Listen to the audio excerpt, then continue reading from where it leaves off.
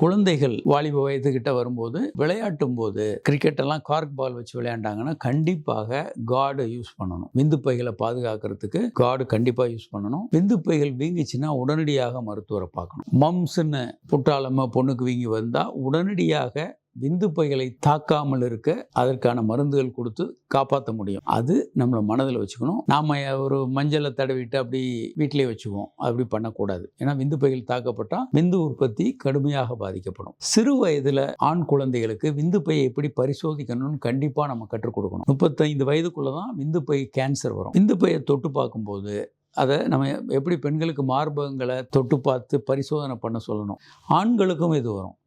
ஆண் குழந்தைகள் விந்து பைகளை செக் பண்ணணும். விந்து பைகளை நீங்கள் செக் பண்ணும்போது அது ஒரு மரத்தை தொடுற மாதிரி இருக்கணும். இரும்பை தொடுற மாதிரி ஹார்டாக இருக்கக்கூடாது. மரத்தை தொடும்போது வரக்கூடிய உணர்வு நம்ம இருக்கணும்.